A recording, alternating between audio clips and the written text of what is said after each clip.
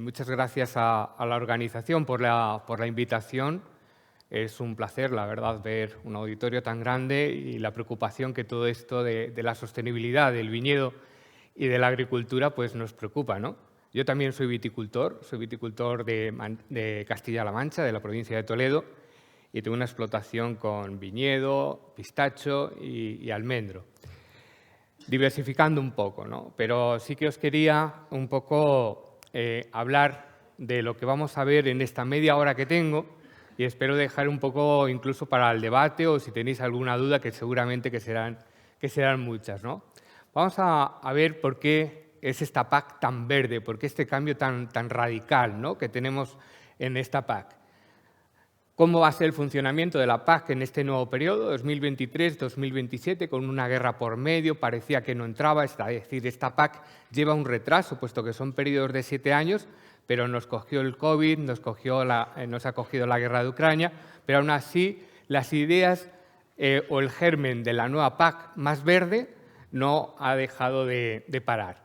El modelo de aplicación de la PAC también nos hablaré, el tema de la condicionalidad, los famosos ecoregímenes, sobre todo en los cultivos, en el cultivo de los leñosos, el desarrollo rural, que sigue existiendo como segundo pilar dentro de la PAC, y la normativa complementaria al plan estratégico de la política agraria comunitaria, que es el famoso PEPAC.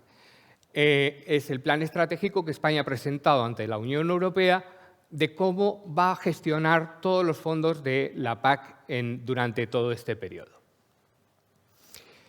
Esta es la historia de la PAC. Llevamos con la política agraria comunitaria desde el año 1962. Ojo, y cada vez, muchas veces, muchos agricultores me preguntan, oye, ¿se va a terminar esto de la PAC? ¿Hasta cuándo va a haber PAC?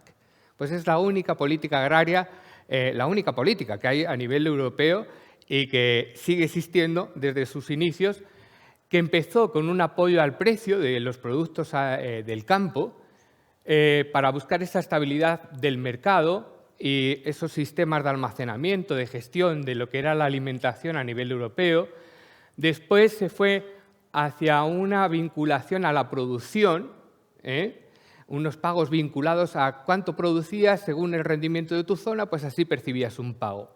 Después pasamos a un desacoplamiento, independientemente de lo que sembraras, independientemente de lo que tuvieras, una cantidad por hectárea fija, y ahora hemos pasado a lo último, a una, digamos, una PAC con una ayuda básica a la renta, que es lo que se va a llamar, no sé si lo ven ustedes bien, los ecoregímenes, una condicionalidad reforzada, un pago redistributivo que complementa esa ayuda básica a la renta y unas medidas ambientales en el aspecto de desarrollo rural más fuertes. Como les he dicho, la PAC tiene el origen en 1962, es más de un 32% del presupuesto de la Unión Europea. Yo creo que es un logro hoy en día seguir teniendo PAC conforme está la situación, sobre todo el presupuesto de la Unión Europea y sobre todo la sociedad urbanita, a mí que me toca ir de vez en cuando por Bruselas, se pregunta que por qué esa ayuda a la agricultura, ¿no? ¿Por qué? ¿No?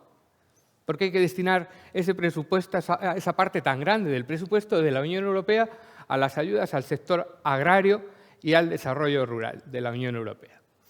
Le cuesta 31 céntimos diarios al ciudadano europeo esta política agraria.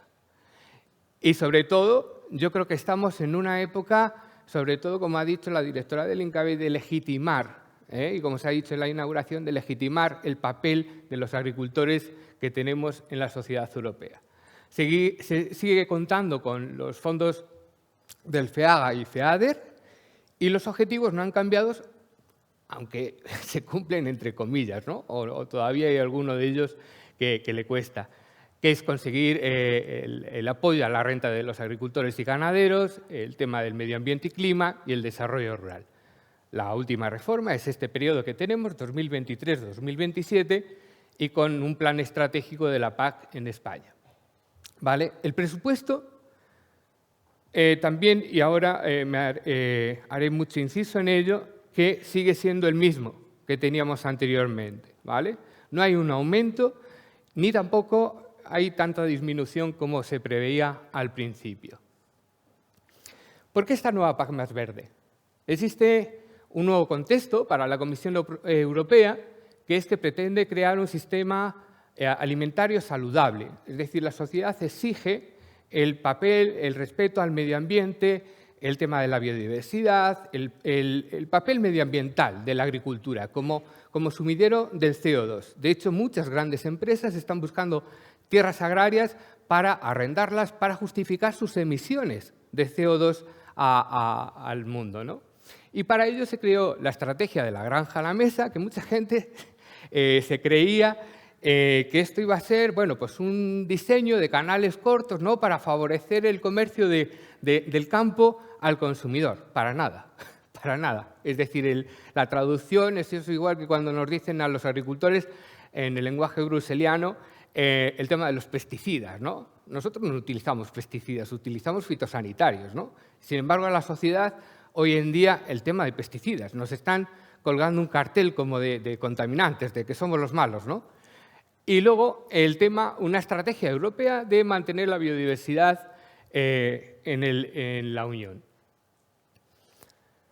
La estrategia de la granja a la mesa es todo tema medioambiental, la reducción del uso de fitosanitarios en un 50% en el año 2030. Esto cada vez, los que somos agricultores, cada vez nos faltan más materias activas, tenemos menos herramientas para hacer frente a plagas y enfermedades que sufrimos en nuestro campo, ¿no?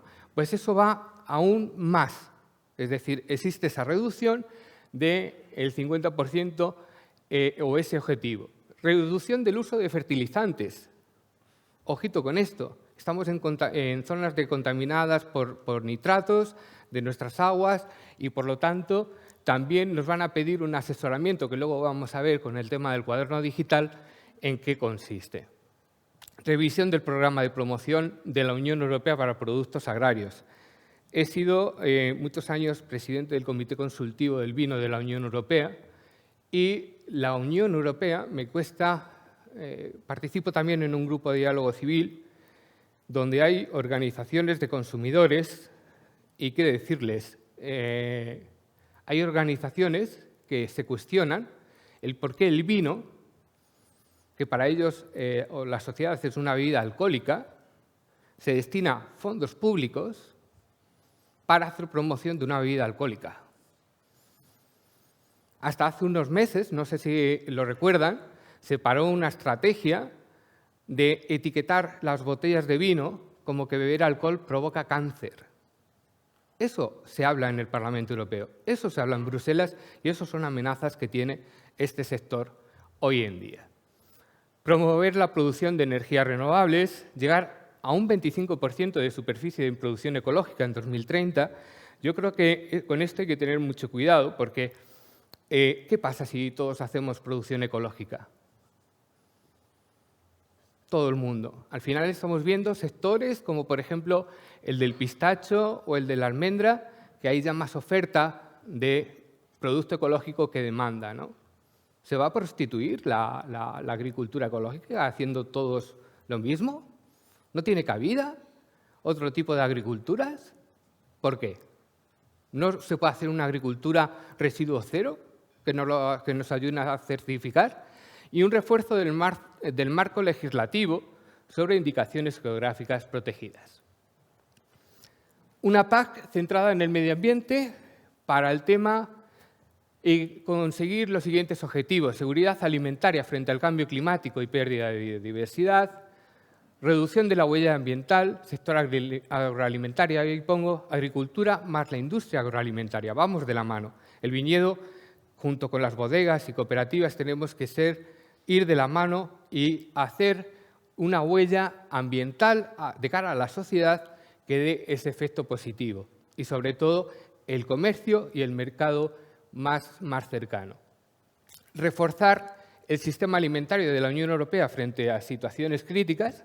Yo creo que esto la gente de la Comisión se tenía que haber dado cuenta, o nuestra Administración, ¿qué ha pasado con el COVID?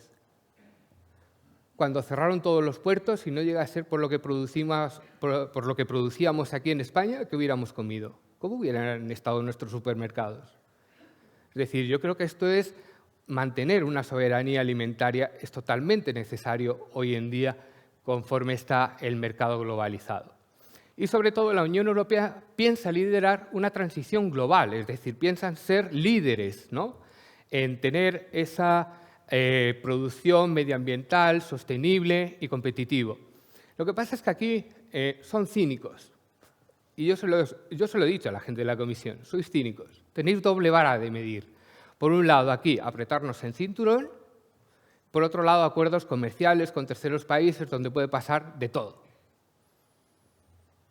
Eso es engañar al consumidor. No es engañar solamente al sector agrario y ganadero, sino es engañar también al consumidor. A no ser que la Unión Europea, junto con esto, lleve una estrategia y marque un sello de identidad al consumidor, donde el consumidor conozca qué papel estamos haciendo nosotros como agricultores y ganaderos y el consumidor lo identifique y lo sepa apreciar o lo sepa pagar. Modelo de aplicación de la PAC. Tenemos también esos tres pilares, ¿no? El económico, el medioambiental y el bloque rural y social. No sé cómo voy de tiempo, pero bueno, me avisáis, ¿vale? Que son muchos temas. El tema del bloque económico, les comento, les he dicho que no había una ampliación de presupuesto, ¿vale? Lo que ahora mismo conocemos como derechos de pago básico se va a convertir en ayuda básica a la renta. No vamos a tener más aumento de derechos en nuestra explotación. Vamos a tener los mismos derechos en nuestra explotación, con una cantidad nueva, puesto que pasamos de 50 regiones a 25, pasamos a la mitad, y junto con esa ayuda fija va a haber una ayuda redistributiva, un pago redistributivo. Un pago redistributivo complementario a esa ayuda básica a la renta, que va a ser para las primeras hectáreas. Entonces, esto va a ser para las pequeñas y medianas explotaciones, porque hay un límite de ayudas a las explotaciones y es de donde van a retraer esos fondos.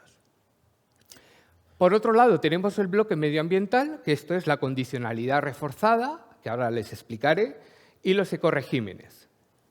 Los ecoregímenes, el bloque económico, volviendo un poco hacia atrás, y perdónenme, supone el 60% de lo que estamos cobrando ahora. Es decir, de 100 euros que estamos cobrando ahora, 60 euros serían el bloque económico, que eso es fijo, ¿vale? El otro 30% serían los ecoregímenes. Es decir, no nos van a dar más dinero, no nos van a dar más ayuda. Dicen que los ecoregímenes son voluntarios, pero son, entre comillas, voluntarios, son involuntarios. Si no lo haces, dejarás de percibir dinero que ahora mismo estás recibiendo. Y el bloque rural o social son todas las medidas agroambientales que hay, como el tema de agricultura ecológica, ayudas a incorporaciones a jóvenes, etc.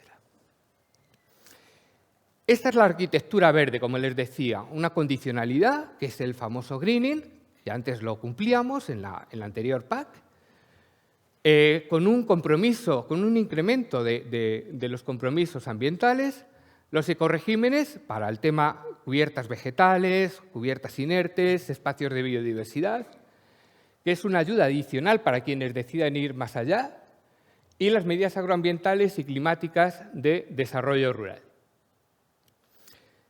Este es el peso que tiene toda la arquitectura ambiental de la PAC. Más de 1.100 millones de euros en el tema de los ecoregímenes, en las medidas ambientales de desarrollo rural. Casi el 50% de los fondos va hacia esas medidas, compromisos medioambientales, la condicionalidad reforzada.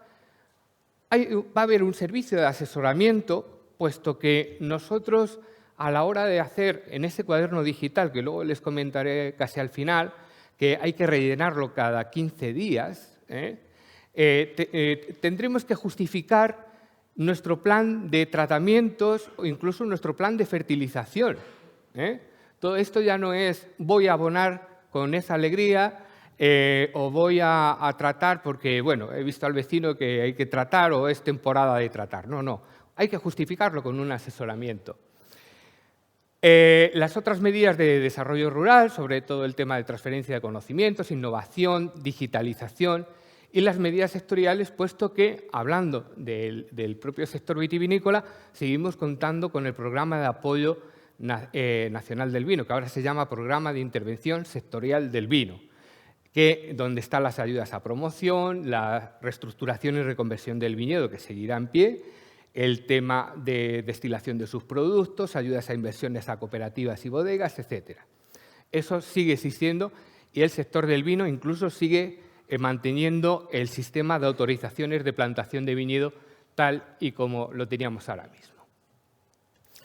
Como les decía, es decir, para ir un poco agilizando, el 42,7% del gasto del PEPAC es en tema de materia de medio ambiente. Alrededor de 1.500 millones de euros de pagos anuales a los agricultores están vinculados a ese pago medioambiental. Y en el tema de agricultura ecológica, dentro de este PEPAC, se aumenta en más de un 40%. Todo ello para volver, y vuelvo a insistir, para el Pacto Verde Europeo y cumplir sus objetivos. La condicionalidad, como hasta ahora teníamos el tema de buenas prácticas agrarias, ¿no? Se incluyen en la nueva PAC aspectos de la condicionalidad actual, se añaden algunos aspectos novedosos, por ejemplo, la obligatoriedad de dejar cubiertas vegetales sí o sí cuando tenemos una superficie dependiente de más de un 10%, más de un 7%, y luego también las parcelas que tengamos en los márgenes de los ríos también hay que dejar una franja sin labrar y sin abonar y sin cultivar. Todo ello junto con una legislación reforzada en materia de agua, en materia de fertilización, el tema del cuaderno digital, etc. Si no se cumple la condicionalidad, antes suponía una penalización. Ahora puede llegar incluso a suponer la pérdida de las ayudas de la PAC. Es decir, ojito con este tipo de esta condicionalidad reforzada. Y la condicionalidad, claro está, es de obligatorio cumplimiento. Y pasamos un poco a lo más novedoso de esta PAC, el tema de los ecoregímenes de cultivos de leñosos. Tenemos tres, ¿vale? Espacios de biodiversidad, tenemos las cubiertas vegetales de siembra sembrada o espontánea y el tema de las cubiertas inertes, que es lo que es el picado de madera de los cultivos leñosos. Por ello vamos a percibir unas ayudas, ¿vale?, que en terrenos llanos parten desde 61 euros por hectárea, en pendiente media entre los 113 y pendiente elevada nos vamos a más de 165 euros por hectárea. Vuelvo a insistir, esto no es una ayuda complementaria. Esto va a suponer el 30% de lo que estamos percibiendo ahora. Si lo dejamos de hacer, vamos a perder ese 30%. ¿Vale?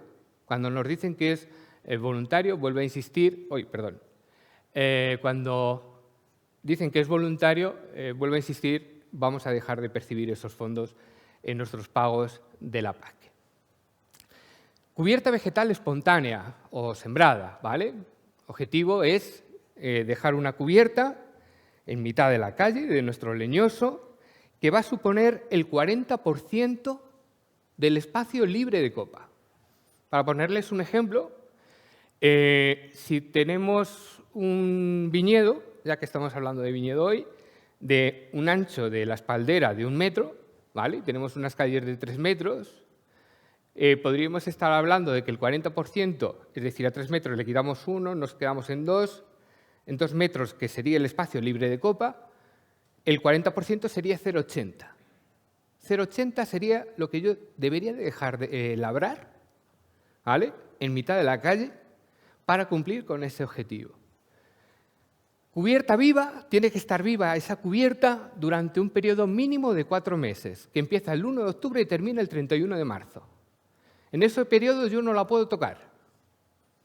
A partir del 31 de marzo yo le puedo dar todos los pases que quiera de desbroce, ¿vale?, para sujetar el vigor. Nunca se puede labrar, pero sí el tema de sujetar el vigor con pases de desbroce.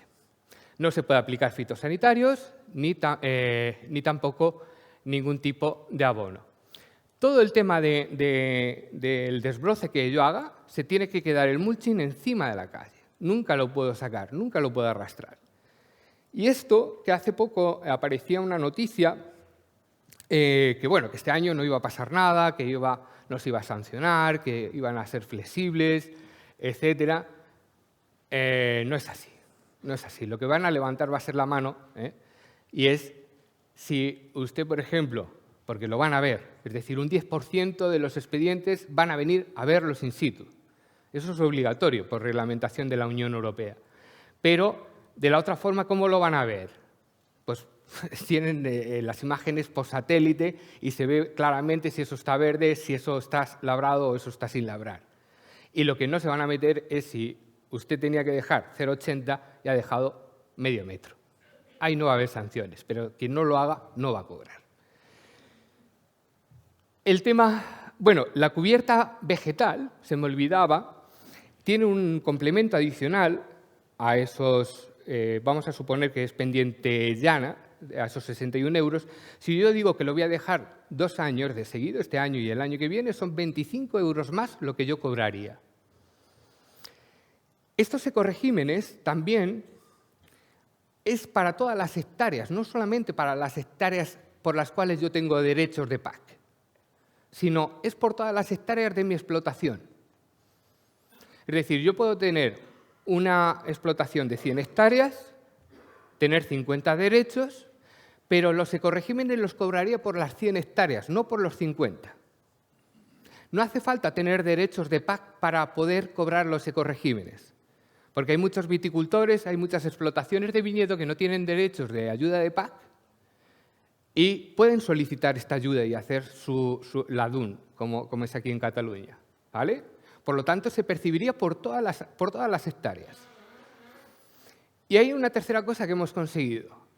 Estas ayudas no tributan en la declaración de la renta. Están exentas de tributar. No se computan. Por lo tanto, es un beneficio mayor añadido. El tema de las cubiertas inertes es el mismo porcentaje, es el 40% de anchura de libre de copa y es el picado de la madera. A mí me parece que, personalmente, que este tipo de cubierta inerte no tiene sentido. Y les voy a explicar por qué. Porque me van a obligar a picar la madera. Ojo, yo lo llevo haciendo desde el año 2003 en mi viñedo. Y al no labrar, me va a salir hierba, ¿no? Me va a salir cubierta vegetal, igual. Pero esta cubierta no tiene la ayuda adicional de 25 euros si digo que lo voy a hacer 2 años. Por lo tanto, es preferible apuntar la otra ahora en la solicitud de la PAC. Y los espacios de biodiversidad. Los espacios de biodiversidad es el 4% de mi superficie de leñoso. Puedo hacer 2 cosas. Una, todo lo que son los márgenes de la parcela con una anchura de 2 metros de espacio de biodiversidad y un mínimo de 12 metros de largo, ¿vale? Puedo crear estos espacios de biodiversidad con 2 especies, ¿vale? Y eso sería un 4%. O bien, si quiero labrar todo, yo puedo elegir una parcela de leñoso y decir, ¿cuánto es mi 4%? 1,5 hectáreas, vamos a suponer. Pues esa 1,5 hectáreas la siembro, la dejo sin labrar, no aplico los fitosanitarios, no fertilizo y puedo coger y dejar perfectamente y cobrar la ayuda a los espacios de biodiversidad, ¿vale? Es una cuantía menor, pero se puede dejar todo concentrado en una sola parcela y no como las cubiertas vegetales, que es en todas las parcelas y en todas las calles. ¿Qué ocurre? Estos compromisos son anuales. También puedo, en mi explotación, decir, pues en una parcela dejo espacio de biodiversidad, en otra parcela dejo cubierta. Es decir, puedo elegir en cada parcela qué ecorégimen aplicar.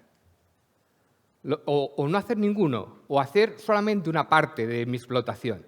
Es decir, son por parcela, voluntarios y compromisos anuales, ¿vale? Pasamos, aparte de que me imagino que les saldrán dudas y no sé si habrá espacio o luego al final, y si no, ahora les dejaré mi contacto, pues si ustedes tienen algunas dudas o alguna consulta, o luego nos veremos durante todo el día. En el aspecto, o en el segundo pilar de desarrollo rural, seguimos teniendo pues, el tema de la incorporación de jóvenes agricultores, el tema de inversiones en explotaciones, intercambio de conocimientos y digitalización, pero lo que quería recalcar aquí es ese gasto, casi el 50% de desarrollo rural del segundo pilar, se corresponde a medidas agroambientales y sobre todo al fomento de agricultura ecológica que saldrá de nuevo la convocatoria en muchas comunidades autónomas. Y esta es la normativa complementaria al PPAC. Cuaderno digital. Obligación cada 15 días, yo como agricultor, porque hasta ahora estamos aquí en confianza, ¿no? Hasta ahora, si no tenía ninguna inspección, nadie rellenaba el cuaderno de campo, ¿no? Cuando teníamos la notificación, íbamos al técnico, oye, relléname el cuaderno de campo que tengo una inspección, que en 10 días tengo que presentar la documentación. Ahora no. Ahora hay que rellenarlo de forma digital y cada 15 días. A partir del día 1 de septiembre del 2023, aquellas explotaciones con más de 10 hectáreas de viñedo o 5 en regadío, lo tienen que empezar a rellenar el día 1 de septiembre. Esta aplicación ya está, ¿vale? Y generalizado en julio del 2024 ya para todo el mundo. Todo el solicitante de la PAC debe de rellenar este cuaderno digital de explotación, con datos de tratamientos fitosanitarios y fertilización por parcela. Por parcela. Pero es que aún así ha salido un Real Decreto de Nutrición Sostenible de Suelos Agrarios, ¿vale?, donde yo tengo que presentar mi plan de abonado y un asesoramiento por técnicos para decir y justificar la dosis de abonado y por qué lo hago y qué cultivo tengo. Y ojito con los topes de unidades de nitrógeno que tenemos, ¿vale? Porque en el cuaderno digital hay que acompañar la factura. Y esto ya no es el papel lo aguanta todo, porque como yo adjunte la factura y no salgan los números, tengo sanción, ¿vale? Y otro Real Decreto, que esto también ya está publicado, sobre el uso sostenible de fitosanitarios, indicando el riesgo, el por qué hacer ese tratamiento y el mecanismo para el cálculo de cómo he hecho yo el tratamiento, qué dosis he hecho yo, por qué grado de afección tenía yo en ese cultivo, en esa zona y en ese año.